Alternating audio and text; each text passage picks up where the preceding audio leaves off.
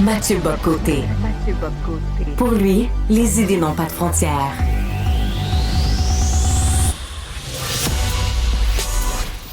Au contraire, les idées mènent le monde. Réflexion, observation, échange, critique, solution. Mathieu Bock-Côté. On sait que le premier ministre François Legault veut avoir davantage de pouvoir en immigration. Et là, il a brandi la menace de tenir un référendum sur la question de Montréal. Je rejoins à Paris Mathieu Bock-Côté. Salut Mathieu!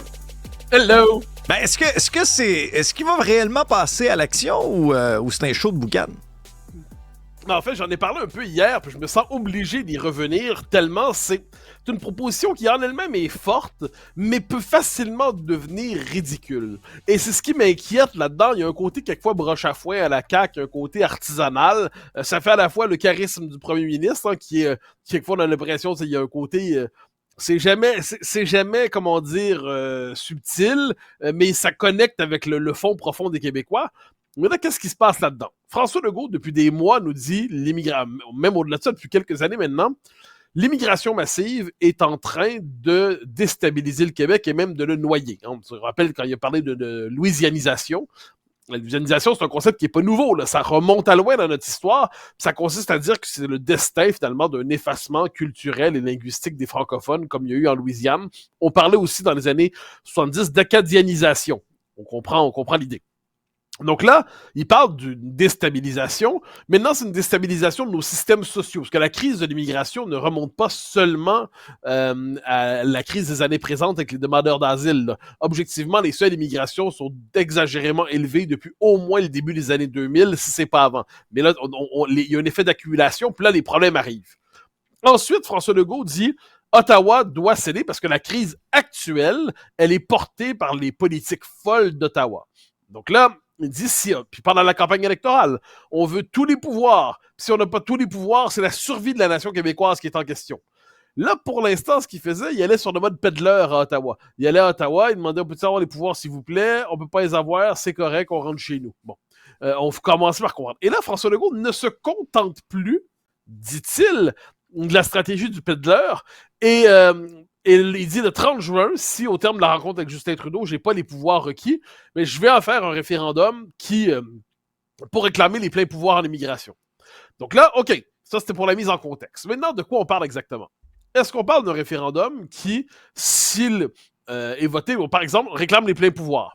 Mettons 65 à 70% des Québécois votent pour ça, parce que les proportions d'appui à l'idée des pleins pouvoirs en plusieurs domaines est très élevée quand même. Donc 65-70% des Québécois votent pour ça.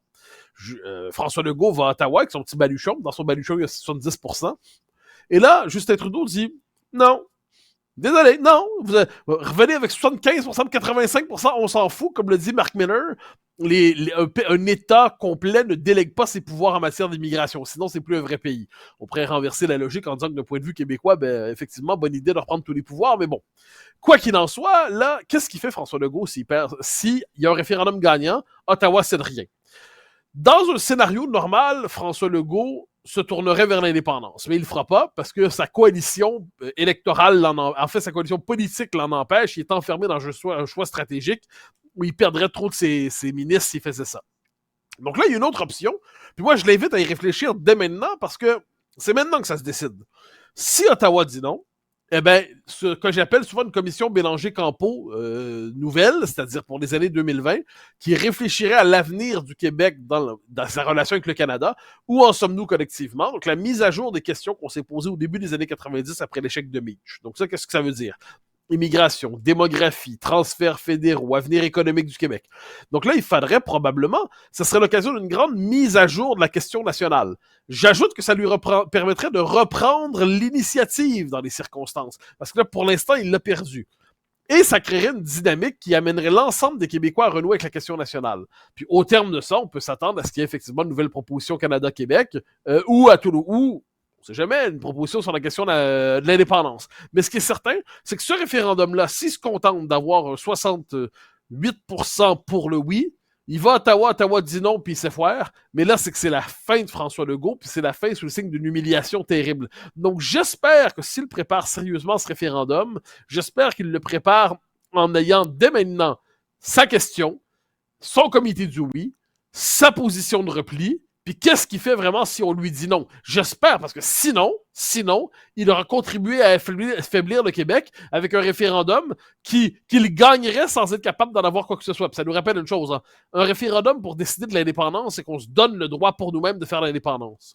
Un référendum pour demander à l'autre quelque chose, mais c'est l'autre qui décide s'il nous le donne. Et de ce point de vue, c'est pas des référendums de même nature. Exact, parce que, Mathieu, moi, j'avais un avocat spécialisé en immigration, Maître Maxime Lapointe, qui me disait ça n'a pas de valeur légale.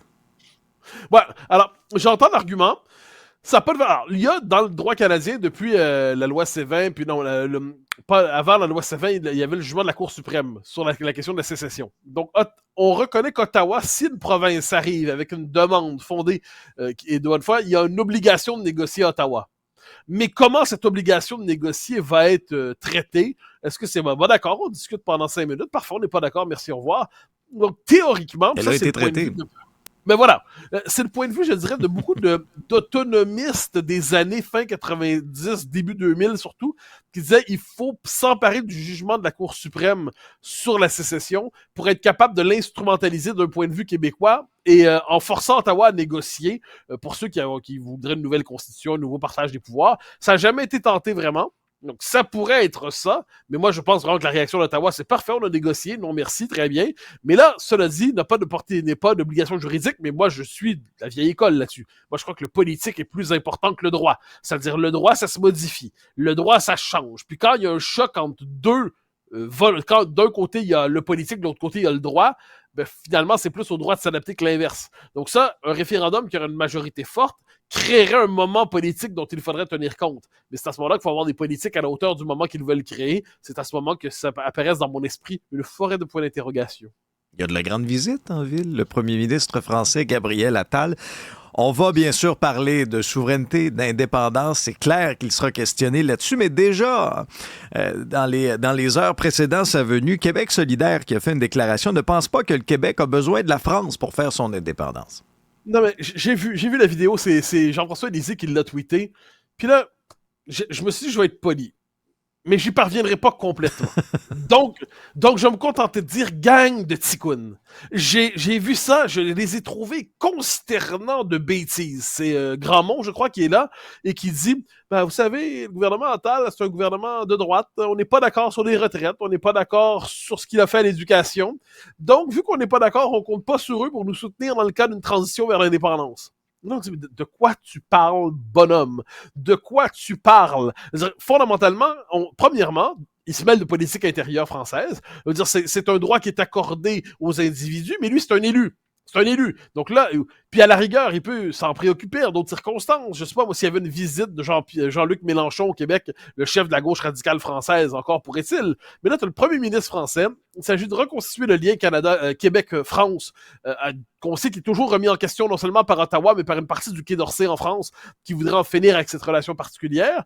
Puis là, on a les ticounes de province qui disent « on n'est pas d'accord sur tout, donc on compte pas sur vous. Hein? » Et là, on se dit « mais vous êtes des farceurs. Vous êtes des farceurs. » Je veux dire, quand vient le temps d'obtenir un appui à l'indépendance, eh bien, c'est pas une question de programme politique contre programme politique, c'est une question d'État à État. C'est une question, le pays Québec et le pays France, au-delà de leur division, de leurs choix gouvernementaux circonstanciels, se savent allier sur des questions fondamentales. Et cette question fondamentale, c'est que la France, depuis De Gaulle, nous a toujours soutenus dans notre volonté d'affirmation politique et culturelle. Et politique surtout, j'insiste là-dessus.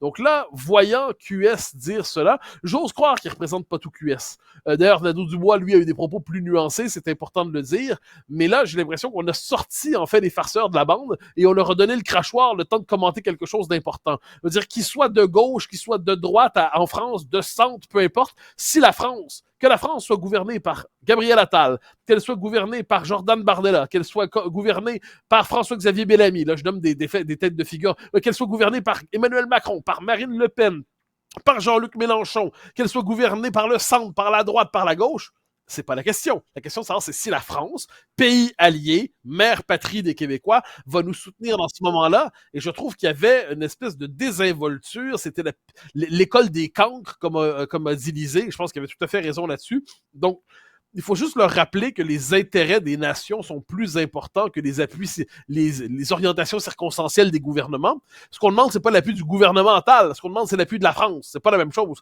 Puis j'ajouterai une petite chose sur ça qui me semble assez importante. Moi, ces temps-ci, là, je vais quand même le faire. Je m'apprêtais à faire un texte qui aura pour titre « À la défense de Québec solidaire ». Dieu sait que ça m'est pas naturel. Ça m'est pas naturel. Qu'est-ce qui te prend? Dans ce que j'appelle... voilà, je m'explique. Hein. J'ai quand même, faut que je me justifie. Là. Dans la coalition souverainiste pour laquelle je plaide, j'entends souvent des gens dits de droite, entre guillemets, dire « on serait pas contre la souveraineté, mais on veut pas de QS dans la bande ». Puis moi, j'ai envie de dire, regardez, je manque pas de désaccord avec QS. Hein. Dieu sait que j'en ai beaucoup. Je pense que je n'ai que ça, sauf sur l'indépendance. Mais le fait est que quand il y a une coalition pour l'indépendance, dans l'histoire de tous les pays, il y a une gauche, un centre, une droite. Tous ces gens-là sont appelés à cohabiter au nom d'un objectif de fond, qui est l'existence pleine de son pays. Puis là, quand j'entends la droite dire « on n'en veut pas parce qu'ils sont trop à gauche », ça me fait penser à quand la gauche disait autrefois on veut l'indépendance, mais seulement si c'est pas à droite. Donc là, on a envie de dire, ces gens-là comprennent pas c'est quoi la nation qui transcende les idéologies. Mais là, quand je vois Québec solidaire dire des choses comme ça, j'ai l'impression que je vais me porter à la défense, certes, de la place de QS dans une coalition nationaliste dont elle ne sera pas le centre, dont elle ne sera pas le cœur, mais où elle a sa place dans la mesure où elle se rallie au camp du oui. Mais en échange, je dirais quand même, les enfants grandissaient un peu. Hein, comme dirait OSS 117, il s'agirait de grandir. Parce que pour l'instant, j'ai l'impression qu'on était devant des collégiens, on était devant une association étudiante projetée sur une question de politique internationale et qui sait pas exactement quoi faire avec les grands de ce monde. Ils savent pas comment ajuster leur nœud de cravate, ils savent pas exactement comment nouer leur lacet. Là, on leur dit commenter la politique internationale, puis ils disent on n'est pas d'accord sur tout. Le résultat, c'est qu'ils ont l'air des ticounes. Est-ce qu'on est dans le déni lorsqu'on se préoccupe du déclin du français? Non, mais ouais, je suis fasciné par la séquence présente. On sait, il y a l'étude de l'OQLF qui nous dit que finalement, ça va bien pour le français. Une étude complètement lunaire. Jean-François Lisée, pour le citer une deuxième fois aujourd'hui, l'a déconstruit magistralement. Frédéric Lacroix, Guillaume Marois, démographe remarquable. Il y a Frédéric Lacroix, un des meilleurs chercheurs indépendants en plus en question de politique linguistique et de démographie linguistique. Ils ont tous montré comment cette étude-là, apparemment que le français serait en excellente vitalité dans l'espace au Québec, eh bien, qu'est-ce qu'on voit? Là, ils ont déconstruit ça en disant, mais ça n'a pas de sens, c'est une étude qui n'a aucun fondement. Bon. Et là, on voit tous ceux, les spécialistes de la négation de la situation du français au Québec, qui nous disent que tout va toujours bien, tout va toujours mieux qu'on le pense. Eh bien, là, ils sont jetés cette étude-là comme la misère sur le pauvre monde, ou comme on aurait dit autrefois, comme la vérole sur le bas clergé. Et ils se sont jetés sur cette étude-là en disant, vous voyez, ça va bien, on n'a pas besoin de rien d'autre, on n'a pas besoin de nouvelles mesures. La tendance lourde est la francisation intégrale du Québec. Tous les indicateurs disent le contraire, toute l'expérience quotidienne dit le contraire, toute la réalité du Québec dit le contraire, mais on s'est jeté sur un bout de papier mal rédigé et mal fondé et avec une mauvaise méthodologie pour dire, mais non, ça va. J'ai l'impression d'avoir une réaction de gens qui se jetteraient sur la seule étude prouvant que la cigarette est excellente pour lutter contre le cancer du poumon. Ils diraient, on a enfin l'étude qui prouve qu'on a raison, fumons. J'ai l'impression qu'on était encore une fois, c'était la journée des clowns et on en avait quelques-uns qui se sont jetés sur cette étude pour faire leur petit numéro de comédie dans l'espace public. Merci Mathieu, bon épisode. Bye bye.